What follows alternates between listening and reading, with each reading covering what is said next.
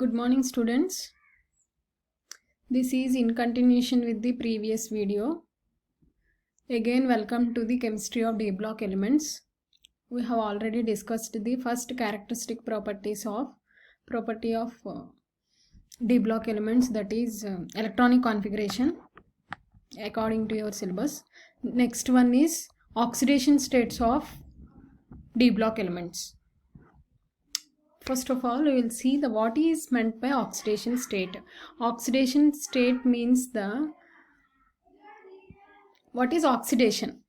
Oxidation is the process of losing of electrons by the metal. Then it converts to metal ion. Generally, metal loses electrons to attain noble gas configuration, nearest noble gas configuration, or to satisfy the octet rule, like that. But in S and P block elements, they don't exhibit variable oxidation states. So this is the characteristic property of D block elements. So they exhibit variable oxidation states. Now if you see in this slide, these are 3D transition series elements. That is 3D series are first transition series elements. They are exhibiting different oxidation states by different elements. The highest oxidation state exhibited by 3D elements is +7. Here I have not written any plus marks. These are all plus marks. These are metals. They lose electrons. They donate electrons because of attaining completely filled, or if, for example, if scandium electronic configuration is 3d1 4s2. If it loses 2 electrons or 3 electrons, if it loses 2 electrons, the complete S shell is vacant and only D1 electron will be there. If it loses 3 electrons, it attains the nearest noble gas configuration of argon, so it gets stability. So scandium exhibits +2 and +3 oxidation state, but more stable oxidation state is the +3 oxidation state, because in +3 oxidation state it gets nearest noble gas configuration, argon configuration it gets. So for scandium, +3 is more stable. Like that in titanium, it has chance to exhibit +2, +3 and +4, but if in +4 oxidation state titanium gets more stability, again it all in +4 state it gets the configuration of nearest noble gas, that is argon. In vanadium also, vanadium pentoxide is there, titanium chloride. For example, titanium has titanium chloride, titanium Cl4, scandium Cl3, Cl3, vanadium pentoxide is there. Chromium by losing 6 electrons it attains the nearest noble gas configuration. Like that, manganese also attains the nearest electronic configuration. For chromium, the example is K2Cr2O7, potassium dichromate, well known example.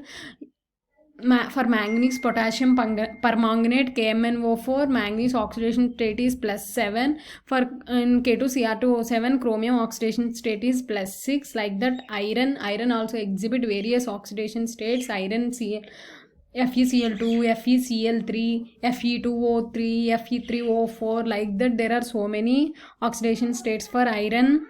All these variable oxidation states are because of losing of these have in S and P block there are only 2 or 3 valency electrons maximum, 6 7 in halogen, 7 electrons, but it gains electrons because of its electronegativity. But in the case of D block elements, there are so many valency electrons. Here if you see cobalt, there are 9 valency electrons, that is in 4s2 3d8.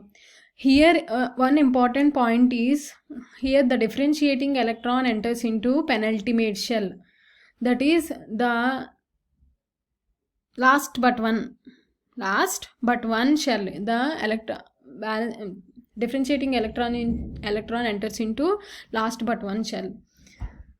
That is so we have already discussed this in the previous video, that is general electronic configuration N-1, D 1 to 10, 4 ns ns the valence shell. So first the electron enters into s orbital, then goes to d orbital. While removing also, first we have to remove electrons from s orbital, then we have to remove from d orbital. Now nickel also exhibit 4, copper also exhibit 1, 2, 3, but generally copper is stable at 2. Zinc has only one oxidation state, that is 2. If you remove 2 electrons from the s orbital, it gets the completely filled configuration of d block elements, so it gets more stability. So zinc always exhibit Zn+2 only. Zinc exists in only Zn+2 state, so it has completely filled d orbitals in Zn+2 and zinc, both metal state and metal ion state. So it does not called as transition element, it is a d block element only.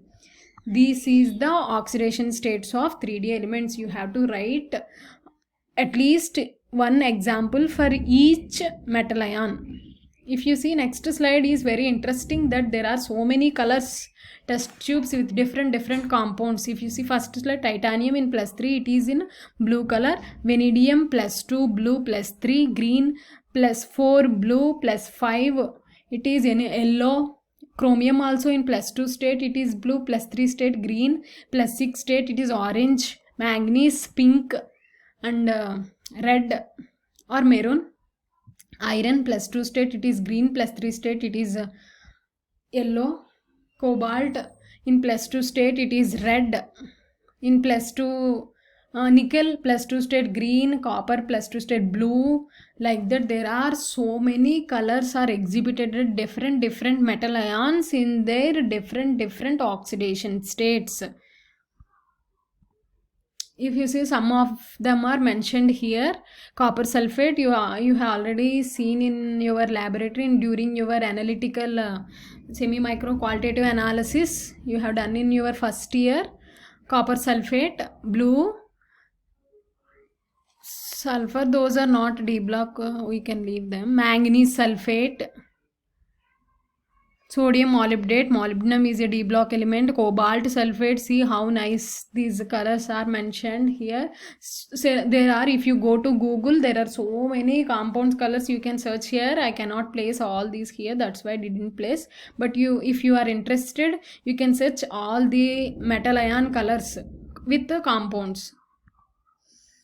These are the next transition series is 4D and 5D. I didn't mention 6D, but there are 6D also. That is second transition series and third transition series. Oxidation states are here. The highest oxidation state exhibited by second and third are 8+8 oxidation state exhibited by ruthenium in 4D transition series, osmium in 5D transition series. Osmate osmium oxide OSO4 is very is acts as a catalyst in so many reactions for oxidation. Osmium oxide. Next, ruthenium RuO4 is there. Yttrium and lanthanum exhibit +3 oxidation state only. Here also cadmium, same as zinc, it exhibits +2 only. It is also not considered as transition element. Cadmium and zinc, the whole group is not considered as transition elements, and some elements are also there. Palladium configuration is 5D 10 and 4s0. So here also it does not exhibit in metal ion state also. It's not a d block transition element.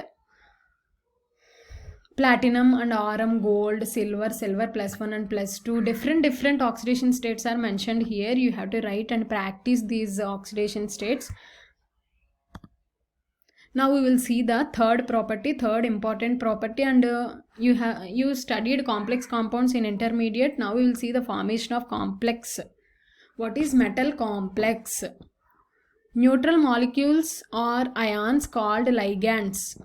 There are in metal in a complex there are two parts. One is metal and another one is ligand. Ligand donates electrons, metal accepts electrons. by the combination of, here I am denoting metal as M and ligand as L. M plus L forms complex, Ml complex. Here I have not written, but you have to write while I am saying. You write down in your books, metal is M and ligand L. Both, when we combine both these, we will get metal complex Ml. Here M is metal.